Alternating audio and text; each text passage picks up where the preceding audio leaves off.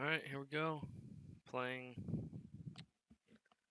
This is 2.5, no limit on the new Ignition software. So, not really sure what the competition is going to be like. Or, kind of how play is going to go. So far, honestly, the interface is the exact same. I mean, we knew that Ignition basically bought their software from Bovada, like, the exact same interface and uh, RNGs and the whole anonymous like package. Players are numbers and not usernames to stop things like Shark Tracker and all this other stuff. I mean, you can still get information on players, but it's only what you've seen them play while they're at your table. So, because this person is number one, and he'll be number one as long as he's here at the table. So you can still use that information, but and in tournaments especially because players have their same number throughout the entire tournament. So, that can be more relevant as well. Of course, we're going to flop a flush draw. Bought at 19 cents. Yeah, we're going to bet into this. See if we can get anybody to bite. I don't know how loud the volume is. It seems a little ridiculous, but we'll see. Probably not going to get any callers unless somebody's got a queen. They might see a flop, or they might see a turn, but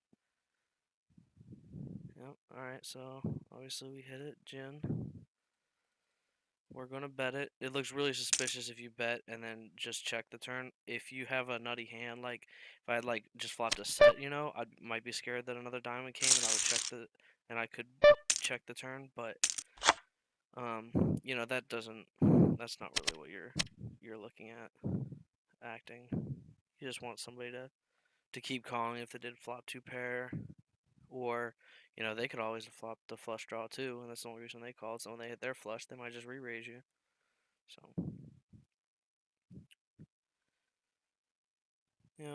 I'm gonna turn the sounds off.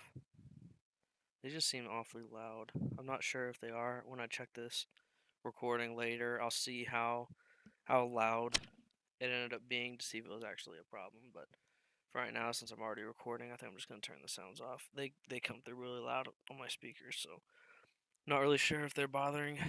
If they would interfere with people watching, but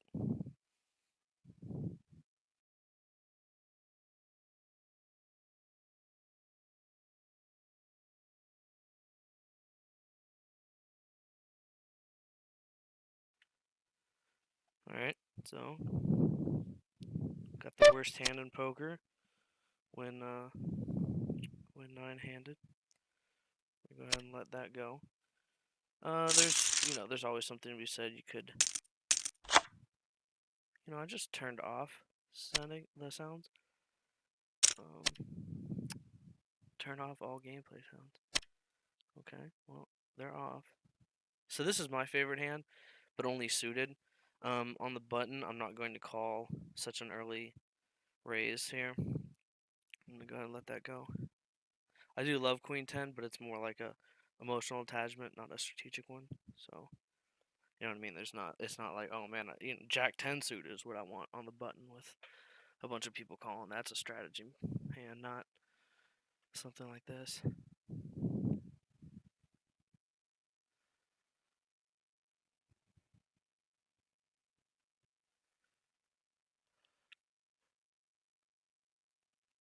So, I like to take notes on players when I see them do anything out of line or something that I think could be relevant.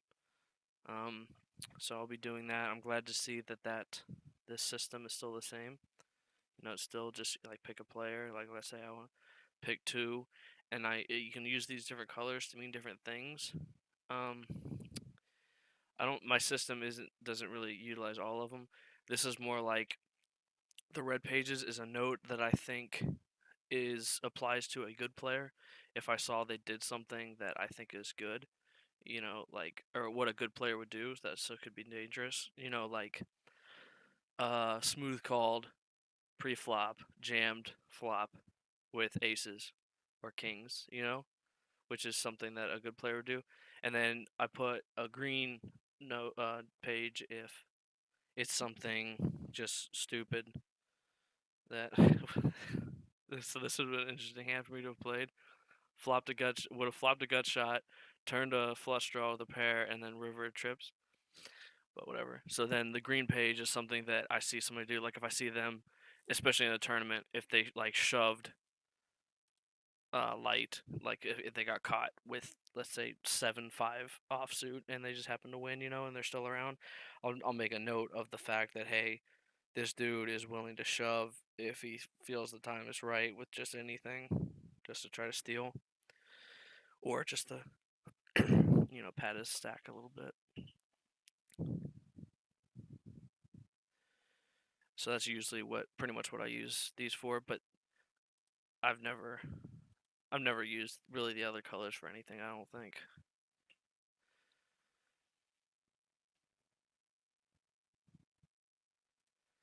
So a lot of folding. So this is why once I figure out how I like the setup for multiple tables to all be in window, and while I'm recording, and I can record 2, 3, 4 tables, um, obviously you'll see a lot more action, because playing one table in online poker is just one of those boring things, because you're already kind of playing differently than you would play live. Live, you're just soaking in so much more information and being entertained more. Because you're talking to real people, live people. There's conversations going on. There's people walking past. There's stuff going on at other tables that you can see. There's, you have friends. You can talk to the dealer if you know them. So there's a lot more to do. But online, so you already have less like stimulus and less information that you can be reading off people, because really you're going off betting patterns now. So I don't like to get too tricky with these. I'm just gonna raise. He'll probably fold. No, he's in. All right, well, that's good. Um, so that's why when people play online poker, they usually play about as many tables as they can. So, again, the only way we're getting value now that there's an ace on the board is if somebody else hits something. So we're just gonna go ahead and bet, and yeah, they're gonna fold. So a lot of times people say, "Oh, but you flopped a set. You should just check and let them catch up." Yeah, well, yeah. But who's catching up on that board? A flush draw, right? And then I'm not ahead. Then I need to hit full house. Really, what I want to get called by on a board like that is ace king. Which means if they have that, they're going to call my bet. They're not folding with top pair, top kicker. I have no interest in seeing this in such early position. So, those are the hands that I want in with me when I flop a set. So I'm gonna bet, because if there's nobody that has that kind of hand, then the only person that's catching up is probably beating me. A straight or a flush draw. That board just didn't look very good. Like, if there was like 7-6 and maybe the ace, then I could get up and down straight draws to call, or to maybe bet into me and bluff. So maybe I could have seen a check there. But just the texture of that board, the only thing I think somebody's calling me with is their own flop set, obviously, which would just raise me, and then ace king, ace queen. That's all I want calling me. So technically, I want the flush draw to call, but they're gonna call anyway. And just giving them a free turn is just stupid. If they're gonna stick around, I want to be charging them anyway. So it's definitely not always correct to just check a flop set. You have to know why you're doing it. This could be an okay spot. This is a cash game. Not interested.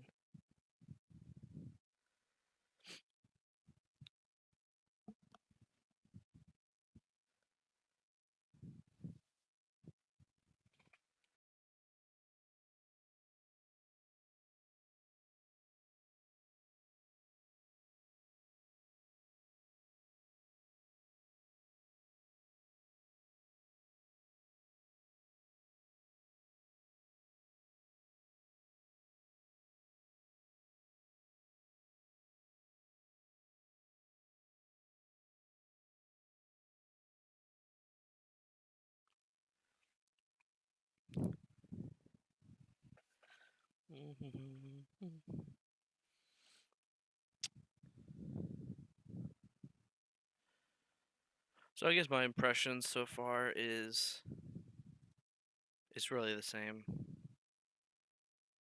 You know, it doesn't say Bovada or Bodog right here. But besides that, obviously the symbol on the cards, which you can change. You can have different symbols. You can make the table look differently. This is the way I like it. Other than that, there isn't. I mean, look at that. Everything is just the freaking same. The colors for the numbers, the seats, the dealer button. It's the same software. So what we're worried about is the player base. When it was, he spiked the eighth. So when this was still Bovada, they had what's called the sports book, which is e-bet, e-sport or well, online betting on sports.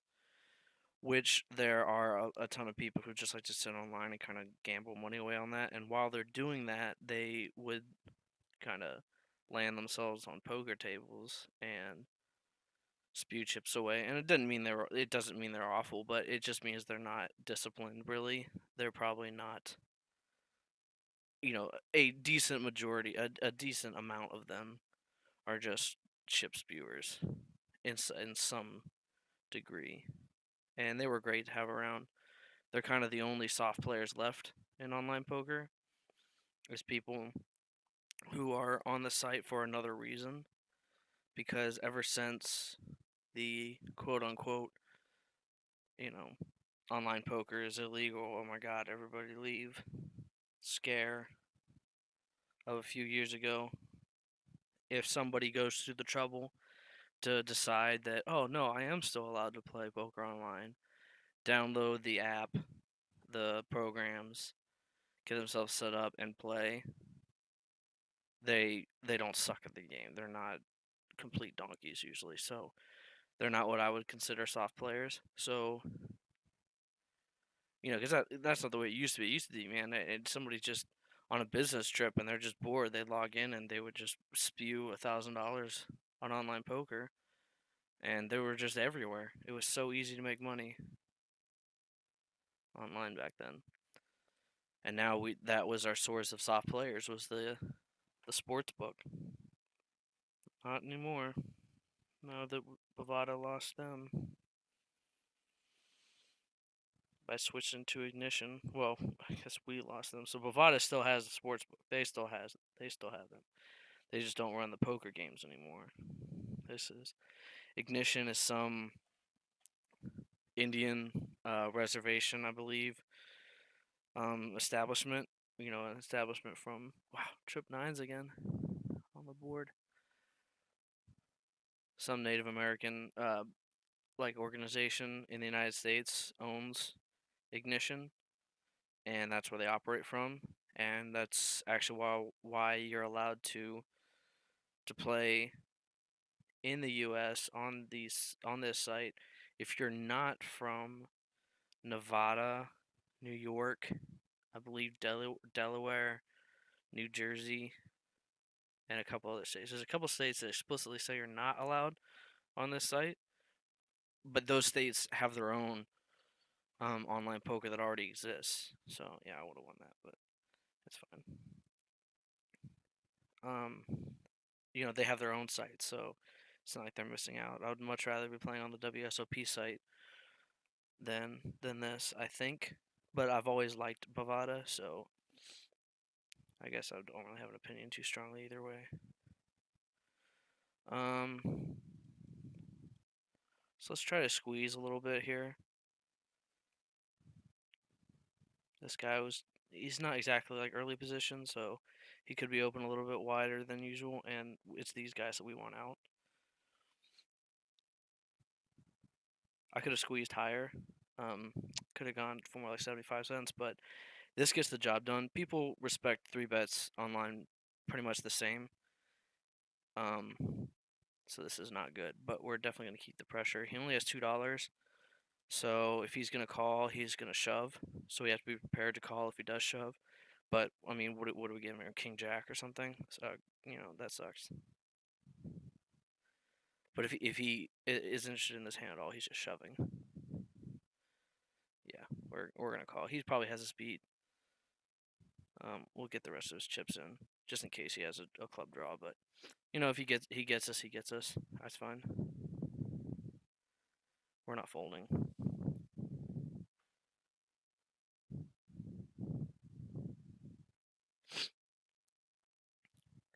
But anyway, as I was saying, people respect kind of three bets the same. So whether you just double or triple the bet or go a dollar over, all you're doing at that point is just waiting for somebody with kings to snap you off. So if they were gonna call you to a 50 cents, wow, he's gonna the same hand. Nice. Yeah, and that's what we expect. It's sure he could have king jack. He could have ace king. Probably would have raised, but raised our bet pre-flop. But maybe a three bet that late. He might have just been fine, slopping along. So that's why it took him so long to call, right? He was trying to decide whether to put us on a king. I'm not sure I like calling a three bet with ace king. It's fine to or ace queen. It's fine to make a three bet with ace queen. No, I don't think. Maybe I would because he's so close to the button, but no, I don't really like that play. I don't think I would do that, especially not in a tournament. Cash games, sometimes you get lucky, but you saw the board, king queen. The dude only had $2, and I made it what 49 cents. So that's just a dangerous spot. If anything, he should have shoved. If that's what his plan anyway. Is a king high board, and he was willing to shove into it. So why not just do it pre-flop when you hope that you're ahead of, but of course I would call, and we would end up chopping anyway.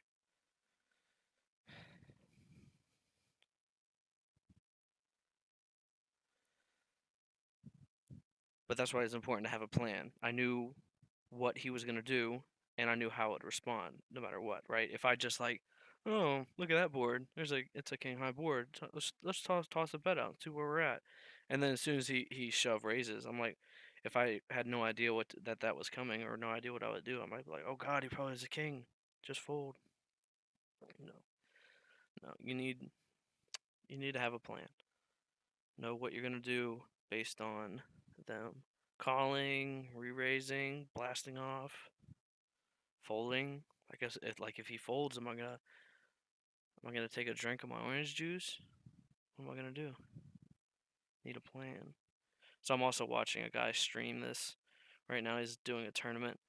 Looks like an $8,000 guarantee, and he's running sick right now. In the last 5 hands, I've seen pocket nines, pocket jacks twice, and pocket queens. This is just absolutely sick. And he's won every one. He went from 12,000 chips to he's over 106,000 right now. I can't see the other players' chip stacks, but I'm gonna guess he's pretty darn near a chip leader.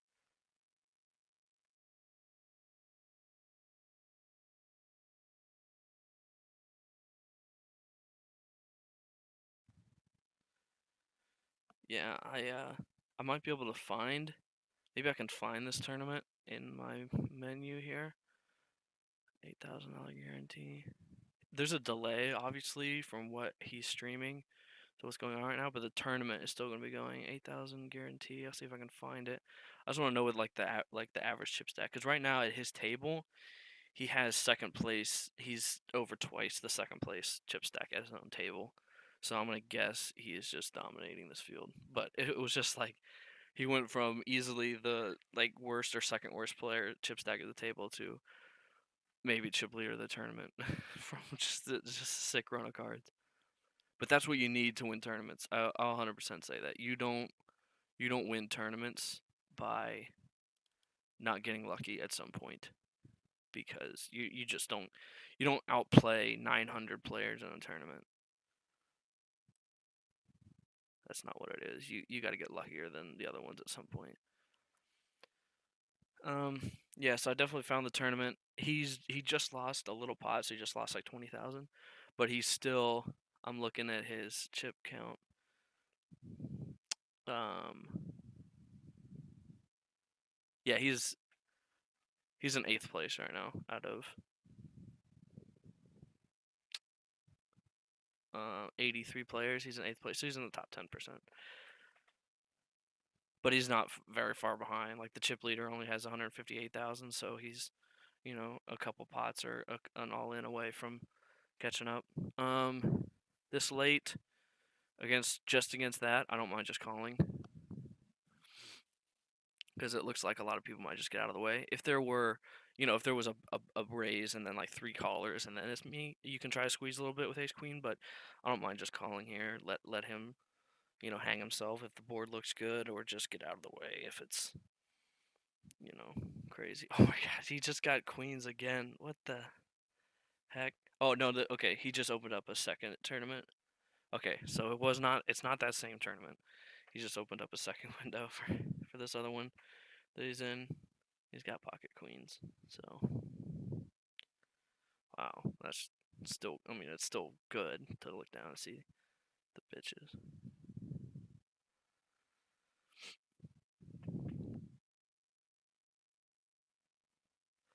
All right, man, come on, get out of here. This dude just tanks forever.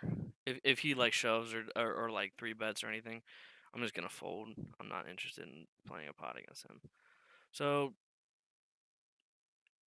in the context of pre-flop raising this early, this is kind of a dry board, so I don't mind just calling here. And now, obviously, we probably have the nuts. So we're just gonna go ahead and re-raise here. The only thing we're scared of is kings and aces, and he probably would have shoved. Some people just shove boards like that if it's short boards that are this low with kings or aces. And now he knows we have a queen. If he comes back over the top, we could put him also on ace queen or king queen. But I don't think we would call a shove. That could just mean a set or a flush. I don't think we call a shove. Yeah, he's gonna show a queen, but he doesn't like his kicker. He could have queen jack, queen 10. I never show cards. I have it on auto muck. So when I win or lose, the cards just go in the muck. I don't show people my cards. In live, there's definitely playing live. There's definitely value to. I can't believe he just. He definitely put me on ace queen or hitting my flush, right? Because I just called the flop and then another spade comes and then I'm like re-raising him. So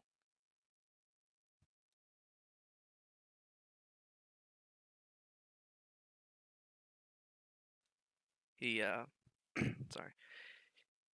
He definitely could have put me on just hitting my flush, which is kind of what I represented there, which I'm fine with because he could just have one spade in his hand, and if I just smooth call him and another spade comes, I hate my hand. You know what I mean? He jams, and I hate it. He could just have the jack, because what if he had queen jack with the jack of spades, right? He doesn't mind call. He doesn't mind me calling on the turn, and then when another spade hits, he just shoves or just takes the pot down, And I just missed out on a chance to bet him off the pot right there, and that's obviously the case. He did not love his hand. My guess is queen jack, queen 10. My sneaking suspicion would be not pocket queens. I'd be like the nittiest fold ever. Like, no, he definitely hit his flush, and there's no way I can hit my full house. So I'm gonna fold to him betting $1 more than my bet here. So this would be an okay spot to see a royal flush. Not gonna happen, obviously. But it's possible. Just a straight, no boats, no nothing, no quads, no straight flushes. So he's still go. So this dude that I'm watching, Jay Smith Poker. So this run that I'm watching him on, he he just got the big blind special the century 2-4 offsuit, flop comes 2-4 queen. Just and he's got 2 people betting into him. Just blast off here, dude. Just blast off. Get him to call you with a flush draw. Just get it over with. God, he's running so good. It's like the one time you're forced to see a hand with 3 other people, and you just flop 2 pair with your donk freaking cards. All right, sorry about that. We're definitely getting out of the way here. I'll let you know what happens in this hand. People, he just bet 4 times the other guy's bet. There's a bet and a call, and he's in the big blind, so he had just checked. Those other two bet, and then he just four bet, or well, he just bet 4 times their bet, and everybody else folded. Hand over, and now in the small blind, he's got Queen Jack spades. He's at 108,000. I'm looking at the tournament postings right now, so he's in 7th place, just on the border of 6th. So Jack 10, offsuit or suited is a fine hand if I'm one spot over, right? Now obviously I'm not going to fold to 3 cents, but if there's any sort of pre-flop action of a raise, and I was right here, it's an easy call. But right here, no, I would get rid of this hand to any bet pre-flop, any raise pre-flop, and we're not interested here in doing anything. We're gonna fold any bet. Yeah, 5 cents is. I mean, we do have a gut shot actually. So hold on, 5, 10, 35. Yeah, we can. We're actually priced in to see if we hit a 9.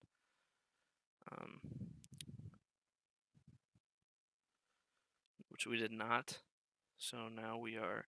So the bet of 5 cents then a check could mean he hit his straight, because that's weird. It's weird to lead off into this many people and then just check back. So it means he has complete air, or his hand actually just got way better. Now let's see if somebody else improves. So it's kind of polarizing to just bet into such a wet flop, and then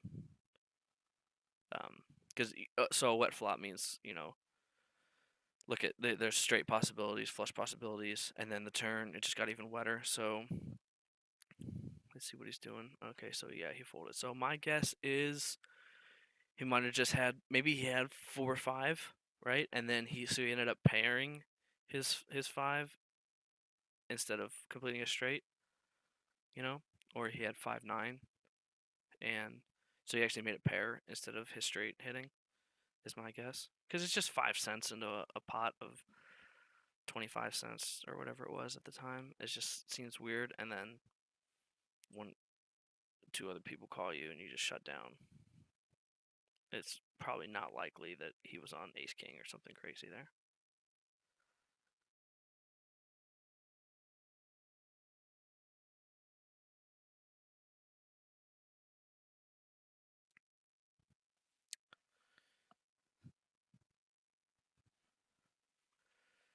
So back to Smithy here. He's still going strong.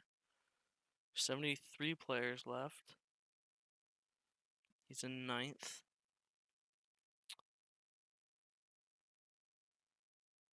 He just happened to be a guy that I checked to see if anyone was streaming Ignition yet, because I wanted to see kind of if people were talking about the switch over, or if people were even streaming Ignition, which is, yeah, online poker is kind of a little bit drier on Monday nights than it would be on a weekend or early hours, because it's not very late right now.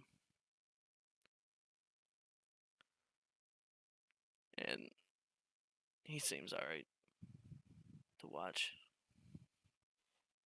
He seems to be playing pretty correct. I don't really have any complaints with his gameplay.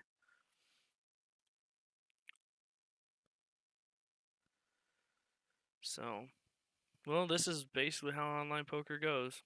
It's a lot of folding. There is math. There is some thinking you got to do, some decisions you got to make, in some moments. But really, it's a lot of folding. It's a lot of, waiting for the right moments. You haven't really got to see somebody just donk off their entire stack on a complete bluff.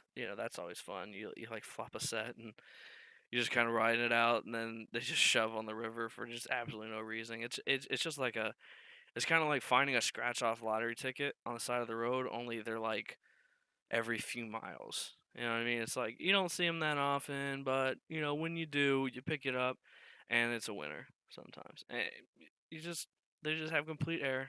They just miss their flush draw. Sometimes they just throw over something like deuce 8 offsuit, and you're just like, Your entire game plan was to try to bluff me out of the spot from the very beginning. They look like they're making a squeeze play pre-flop, and you're like kind of sweating the whole hand, even though you're pretty sure you're ahead. And on the river, they just shove the whole stack, and you're like, God, I just got played by pocket aces, and you just throw over the stupidest stuff, and then you just double your chip stack, and that happens. It really does. You're just half of online poker, I think, is waiting for those kind of moments, but the other half is making sure you don't lose it to people who just get lucky, and because sometimes they shove because they have king queen and the turn and river were king queen, and they shove because they just hit their top two, and now you're ace, you know 10, that you hit your ace on the flop.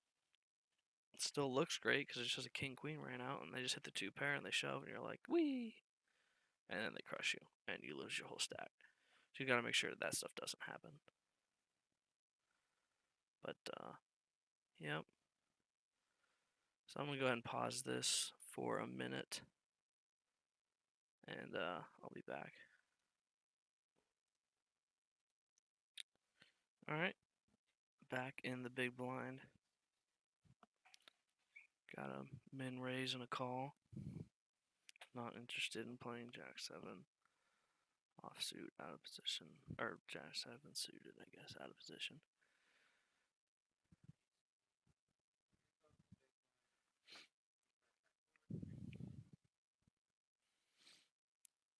So, yep. So like I was saying, this is kind of what online poker is like, one table at a time. Obviously, it's a lot more fun when you're playing 4 tables at a time and a tournament.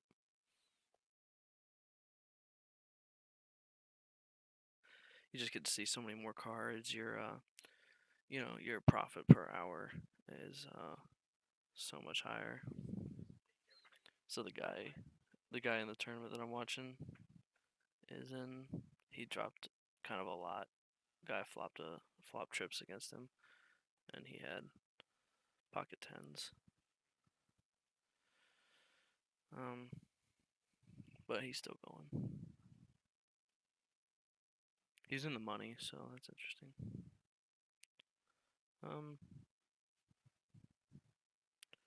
Yeah, we're just so once I figure out how to get multi-tables to work so you can see more tables at a time, I'll probably start grinding 4 tables at once, and then just have one multi-table tournament going at a time that will kind of play for the most part, and then flash into cash games when they have hands that come up. But you can think even less about hands when you're playing that much. You know what I mean? It's kind of like you can fold. You can even fold like Jack Queen in a lot of spots, a lot more spots than if you really are giving full attention to the game.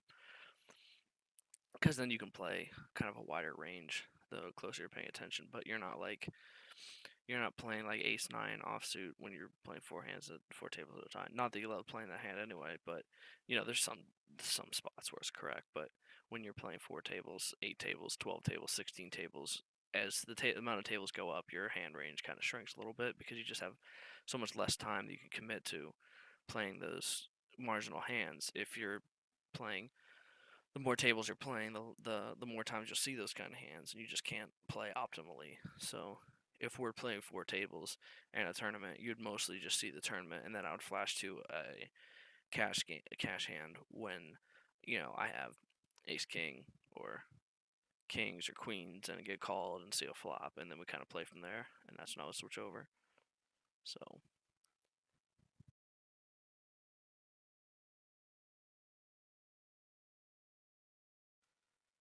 but I mean, for right now, I just kind of seeing how this seeing how this new software and player base works, seeing how recording looks, see how the sounds work. I will see how the sounds turned out, and then turn them back on for the future and maybe get some music going. But for right now, you kind of got to balance um, balance all 3 of those, and without a recording to go off of because I haven't recorded this yet, I don't really know where to place everything at. So this will kind of be my tester recording. See how it works out. See how the first few minutes with sound on and see how, if you could hear the chip stack sounds, it's your action sounds and all that kind of stuff. And then I'll move on to more tables, and maybe next time I record my next session will just be MTT of some kind. Like a $5,000 guarantee or something. A deep stack. Wow. This dude just lost a four-way pot with Ace King to a guy with 4-5 offsuit because the guy hit his 5. Everybody missed. Everybody missed. Nobody had a pocket pair. Everyone had Ace King, Ace Queen, and the 4-5 took it down by pairing it. Pairing the board. Sometimes a pair is all you need. Actually, a lot of times a pair is all you need. But yeah, you don't like Ace King offsuit for four-handed, this deep in a tournament. I would have folded that. You either want to isolate, like he jams, that's fine, but you don't call that. You don't ever call a raised 3-bet 4 or 5-way pot with Ace King off. So you just don't do that. You either isolate or you get out. I'm not saying you don't play the hand, but I'm just saying you don't play it 5-way. And especially when you miss, you don't keep calling and keep playing the hand. That's just ridiculous. So there's, I guess, my first hand I've seen him play that I didn't like. I mean, he has a huge chip stack. He could have shoved all in for one and got everybody else to fold because nobody had good hands. Everybody would have folded, especially the 4-5. But you do not keep playing that hand. He definitely should have just tossed it or shoved, one of the two. If he didn't like how many people that were left to act after him, should have just folded this late in the tournament. There's no way, because now his chip stack's down in half because he had ace high. It's just disgusting. So we're gonna fire a c-bet here. Anytime there's an ace on the board, you can get a lot of people to fold because they don't have aces. And the one person who does call, he probably has an ace. So now we know what we're up against. The board pairing is good for us, so we're gonna check here, see how he bets, see how much he bets. Yeah, he's got an ace or a 7 because obviously he just got trips. Could he have a diamond here, or could he just be on a diamond draw? Yes, and he sees us checking, which represents weakness. But my instinct here is he has 7-8, 7-9 suited, and he just couldn't fold, or he just has a strong ace, and on the board pairs, your ace is still good, so we're gonna let this go. That was an easy decision. I was gonna fold pretty quick. I just wanted to talk about it for a second before I actually gave it to him. And there's no sense in just snap folding online really too often because then it just makes it look like you had air to begin with and you don't have a decision. It's easier to, it's more table presence at this point, but it's just, yeah, I have a decision to make. I could call you here. I don't have, I have a pair. I could call you, and it's good that he knows that, but there was not a decision there. I was never calling. I'm never calling over half my chip stack with a bottom pocket pair. So unlucky, but hey, you don't win every hand of poker. You just got to make sure you lose the minimum when you do lose. That's the best you can hope for. I definitely didn't mind seeing a turn because hey, sometimes your pocket pair doesn't hit till the turn. If it doesn't hit till the river, you might have been playing the hand wrong if you're really just hoping to get lucky on the river. But sometimes you do get to a river with a pocket pair, and sometimes you hit it then. But it doesn't hurt to c-bet with an ace on the board. You get the king jacks, the king tens to just fold because they're just looking at, oh, what am I gonna do? Hit runner to beat him. So again, the only other hand you can put him on there besides his made hand is a diamond draw. And if he had just bet maybe half the pot at most, I might have called because there's still a chance. Now that the board paired, a 5 gives me a full house to beat him. So there was a chance for me to get good value and maybe the rest of his stack because he did hit his flush. But he bet way too much. He bet us off the hand correctly, as he should have. There's no way I'm calling. If he bluffed with a diamond draw, well played. That's kind of the value of position, right? He got to see that we were weak, and same with the small blind, that we were both weak, or big blind, whichever spot he was in. I don't remember, but the guy on my right, the dude got to watch us both, bet. Got to watch me bet the flop, c bet standard, And then on the turn, I had a check, and he got to see that and kind of prey on the weakness. I don't ever like firing again on that turn. Um, just because our hand wasn't good enough. Fives just isn't really that great. There's still a lot of pocket pairs that might have called us.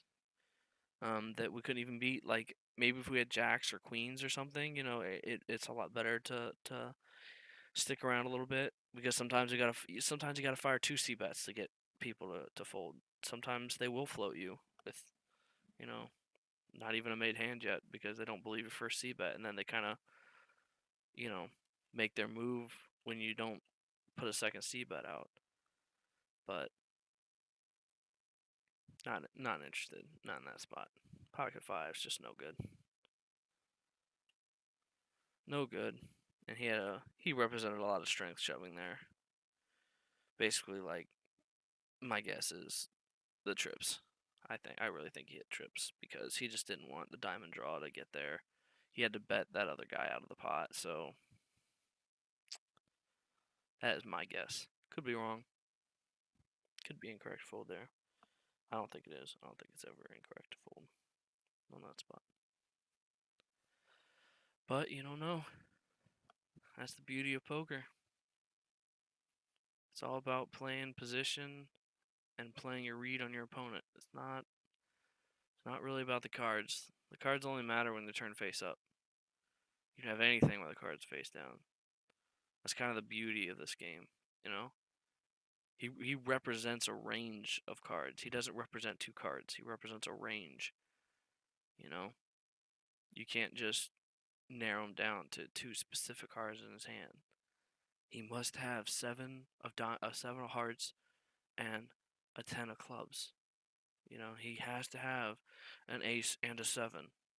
You can't do that. He represents a range, and at that point, it was a strong range. There were a lot of hands he could have that beat me, and there were not enough that I beat. The only ones that I beat were a missing diamond draw and a pocket pair smaller than mine. It's the only thing I'm beating. And how much of that is in his pre-flop calling range, you know, and on the flop calling range. Like, you think pocket twos stuck around, and then when I bet the flop, you think they stuck around? No, that's just not. That's not it.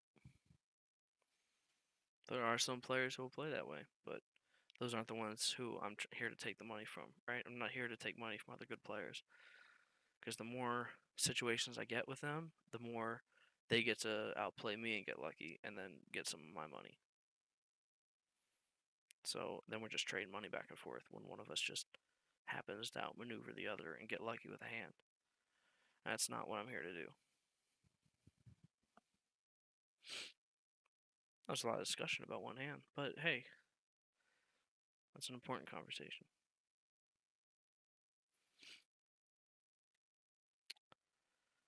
So Gene Wilder died. That's the only thing I knew him from was Charlie and Chocolate Factory. Everyone on stream is talking about it. A lot of people are like, we haven't talked about him in 11 years, and now everyone acts like it was his uncle that died. I think it's funny.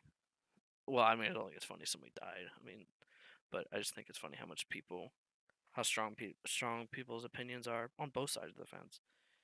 I mean, the people who are just writing these long stories about him and then posting on Facebook, it's like, you didn't really know the guy. I'm sure the guy had a great life.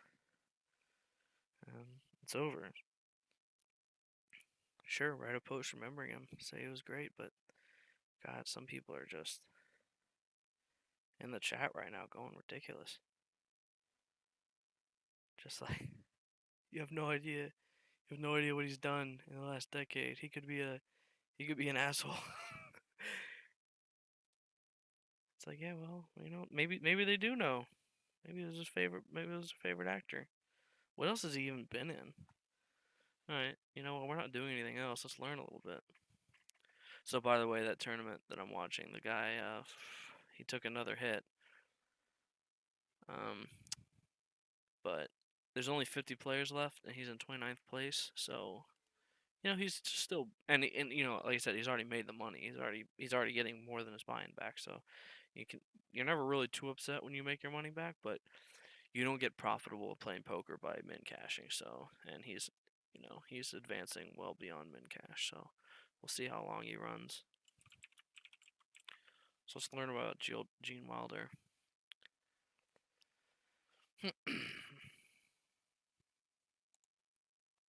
While we wait for a hand better than 3-5 offsuit.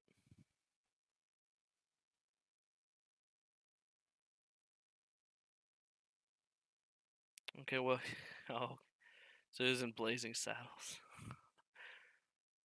The producers. Okay. Young Frankenstein. Oh, wow. Huh. Yeah, now that I see him, like, just in the box art, I'm like, okay, yeah, no, I do remember. So I had seen him in more than a few movies, but even then, it's not like he was. I don't think he ever blew my mind, but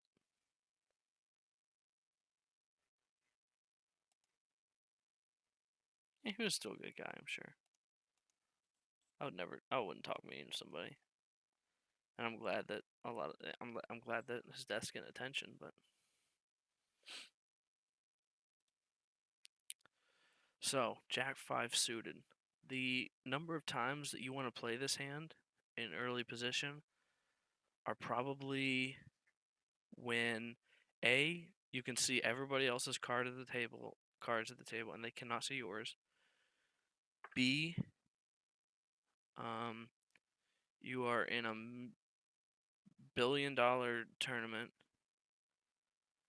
and you only need to win one hand to win $1 billion, and you have 800,000 big blinds. You might see a flop because you just want to win that one hand and then you're done. Other than that, God, no. Jack 5, just no. And then King 5 is like when you can see half of everybody else's hands at the table, but they can't see yours. Then maybe you'll play King 5. It's really just face card, low cards are just dumb. They're just dumb. Don't play them. Even suited. I'm not even, not 5 more cents. Oh, but you could flop a flush. Yeah, no. That's 5 more cents that I'm gonna have when I do actually flop a flush.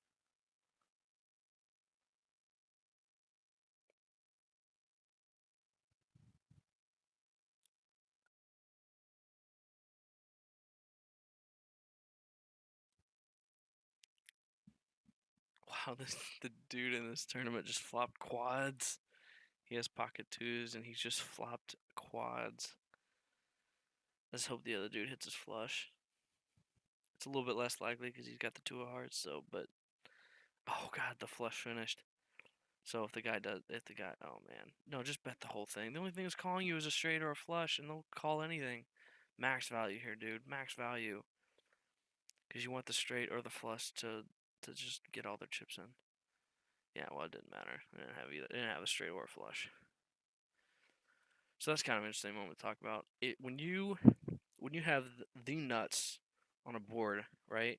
You have to think of what the other person will do when you make a bet, right? So let's say in that instance, the pot was only a couple thousand, and both him and his opponent acted after him, had about 16,000.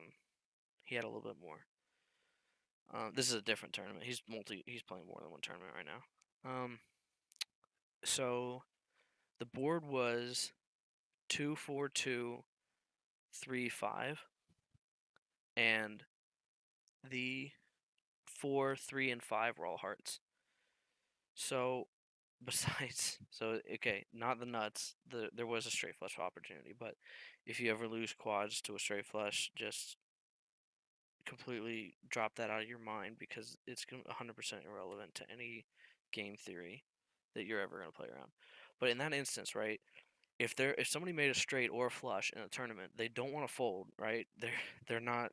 It's like, oh yeah, he could have a full house because the board's paired, but they're not gonna just let their hand go very often. They're just kind of like, well, screw it. If he's got a flush, or if he's got a full house, or whatever, or let's say the dude's got it straight, it's like, well, if he's got a flush, that's great, but I'm not folding this. They'd rather either go home or know that, because they knew they were beaten. But if he just throws out a min bet, that just gives them the peace of mind they need. Like, okay, God, I can see if he made his full house. I can see if he made his flush. Is my straight good? And they can just call. People do not like folding straights and flushes in tournaments. They just don't like to do it. So you have to decide how much value can I get out of it. Now live, he could have made it a little bit tougher. He could have made it maybe 6,000. You know, um, the pot made it up to 2,500, I think, at that point. 3,000 maybe. So yeah, you make it decently strong, right? You make a decent sized bet. That way, they have to just like they gotta call a lot of the times if they're a bad player or even good players, and you really want to get value out of it. He bet less than a third of the pot. Very thin value bet. And I just don't like that. You're just wow. I was hoping one other person would call. The odds are kind of bad right now if he doesn't call. I was hoping to get one other caller. Um, but yeah, you wanna charge that curiosity by just making it 1/3 of the pot. The dude's just gonna snap call with a straight or flush and just be like, oh, did you hit it? And now they have the peace of mind and they still have the chip stack. 10 more cents, sure. So this is actually a fine board for us. Now, him 3-betting from the big blind could represent a lot of strength, but we're not going to let this go.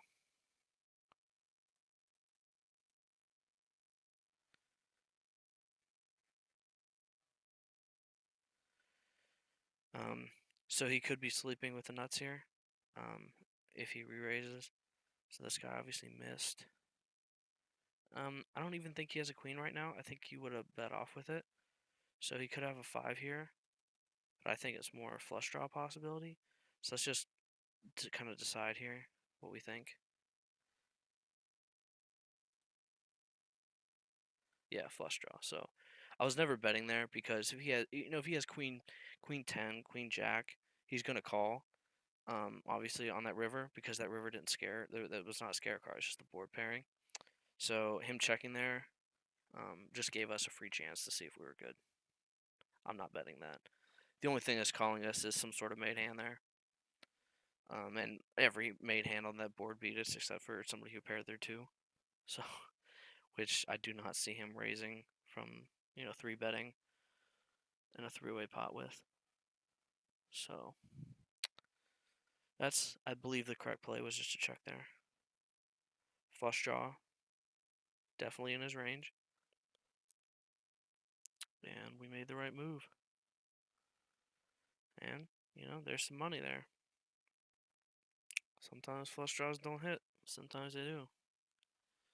If a spade had come, I probably would have folded to any decent sized bet. It's one of those things that if he bets 5 cents, of course I'm gonna call. But anything decent that kind of represents that kind of strength, I could have given him a flush. I could have given him a flush and folded my threes. I also could have given him a queen because it's like you have to ask yourself, yeah, I can beat somebody bluffing their flush draw, right? But can you beat them also maybe just having a weak queen? A weak queen can, a weak top pair can kind of play the same as a draw, right? They're like, God, I hope nobody calls, but if they do, I've got a good chance to win. But you never love people calling when you have a weak top pair or just a pocket pair that's not even the highest on the board. So they can kind of play the same. So it's like, yeah, I could beat a flush draw there, but I couldn't beat a weak queen.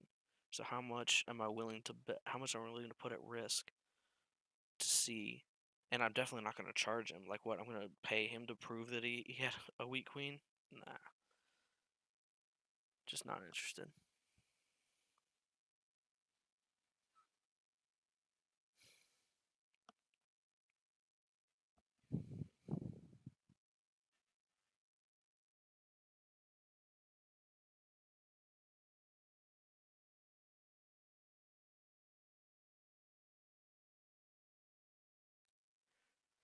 Um, so the guy got pocket kings at one point here. I guess I kind of been following, but I kind of missed it because of my talking. He's back in it though. He has 132,000. Blinds are 2,500, 5,000. So he's got 27 and a half big blinds ish. So he's, that's a fine size chip stack. He's in 11th place out of 39. So interesting.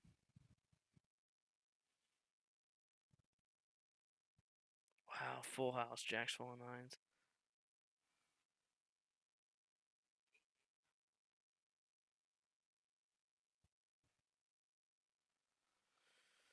Dude, dude shoved and got called two ways with pocket jacks and full house, jacks full of nines. So that dude's probably second place, third place, 170,000 in chips. Or not second place. Wow, no, 170,000. Not that high, but still a very good sized chip stack at that stage in the tournament. Queen nine suited. If we were over here, sure, might call that maybe, or try to make us just steal the blinds, right? Because nobody's acted yet. So over here, I could see betting 15, 20 cents and just get these guys to fold. But here, now there's too many people after us that especially this guy who was just sit and call with queen jack, queen 10, and then you just yeah. So easy fold.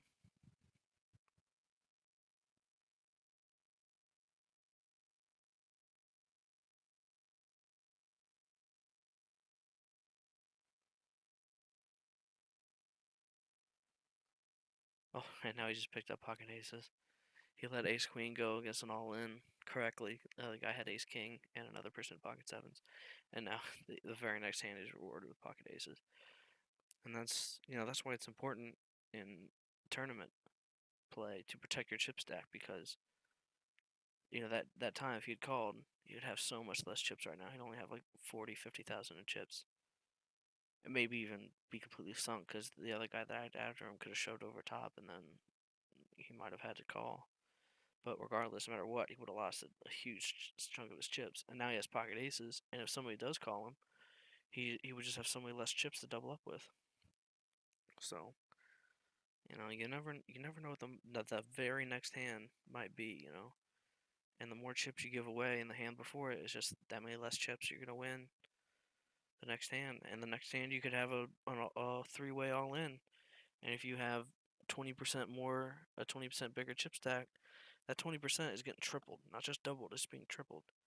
So you never know how much value you're missing out on. And sometimes it's the difference between somebody calling you with a weak pocket pair when you shove with ace king.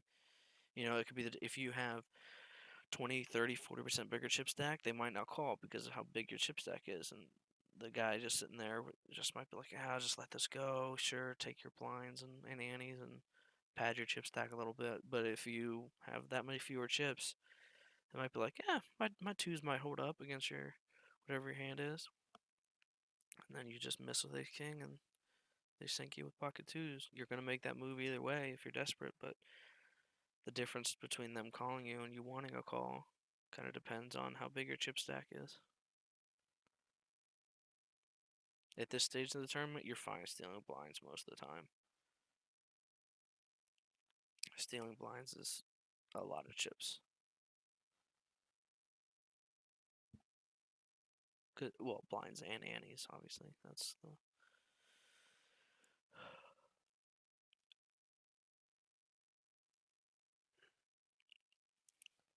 It's kind of boring just watching one table at a time. The next time I record will definitely be multiple tables, and or maybe just a tournament, because at least a tournament we can talk a lot more and pay more attention to the players and keep better track of them. But so I think that's about it for this session. So I'm up to 734. So $2 made $2.34. Not bad for what, an hour and a half, 2 hours. So anyway, that's it. I'm gonna sign off and upload this. See if Jay Smith can hold on. I'll probably watch him finish up tonight. See if he wins. He's doing good, ninth place, chip stack. But with 37 players to go, that could change pretty quick. So, all right, Perminius signing off.